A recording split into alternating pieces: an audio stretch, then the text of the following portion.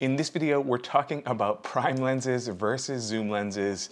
What are the pros and cons of each, and which one I would recommend to a beginning photographer. So let's jump in and start by talking about what a prime lens is. A prime lens is just a fixed focal length lens. So this one is a 50mm 1.4 aperture.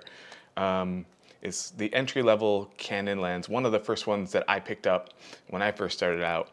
That's it. It has one focal length. So if you want to get closer to your subject, you have to walk closer. If you want to get further away or get wider, you have to move back. A zoom lens, on the other hand, is a lens that has a couple different focal lengths built into it, a range of focal lengths. So this one's a 16 to 35 ultra wide angle lens. If you are, say, at 24mm and you want to get closer to your subject, you just simply turn the zoom ring, move into 35mm, and then you have a closer shot. If you need more room, if you want to move back, you just turn the ring backwards and you get moved down to 16mm.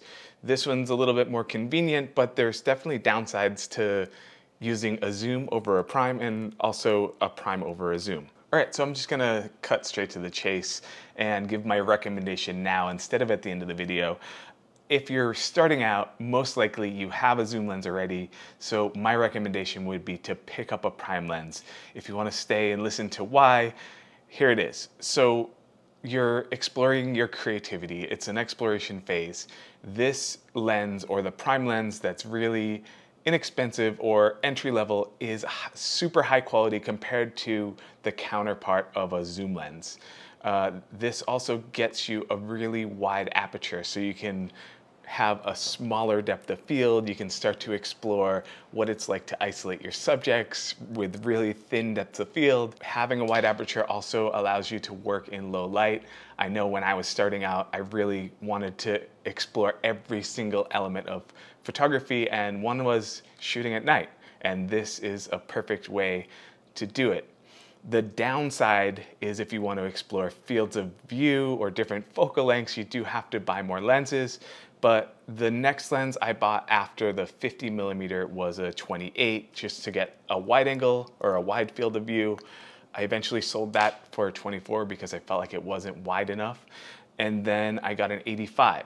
So for less than $1,000, I was able to create a focal length range that was equivalent to, say, a 70 to 200 at f 1.4 to 1.8 for half the cost. If you look up 24 to 70 right now, they're about $2,500, and that is 2.8. And I think I used that same kit for about 4 years. And then eventually I got a 135 and started, as I was making more money, I was investing into my kit and changing, but not by very much. I still worked with primes for about 8 years. Last year, I switched over to zoom lenses just because of some of the work that I was doing. I was working as an on-set photographer where I wasn't able to command the room and I wasn't directing the whole shoot. So I had to be in a fixed location and then work with zooms to get the tighter shots.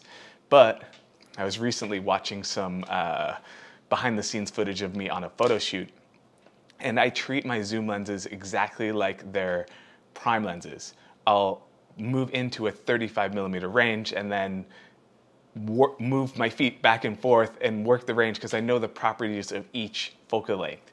I've been working with primes for so long that it just seems natural to be like, okay, I know 24mm is gonna bend the sides of the frame and I really want their legs to seem long, so I'm gonna get a low angle and then work at 24. Or I wanna be tight, I wanna have a lot of compression, so I'll move into 70mm. I don't think I would have had that knowledge if I hadn't worked with so many prime lenses.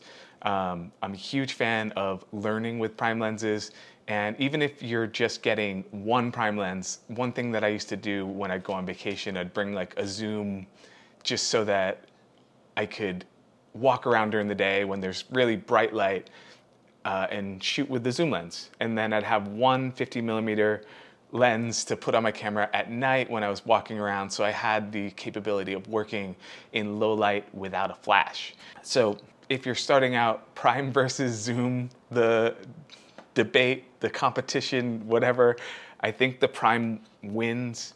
If you're starting out, you want to learn something new, you want to expand your creativity, pick up a prime, work with it, see how it works for you, and then eventually maybe pick up some zooms if you are sick of changing your lenses in and out.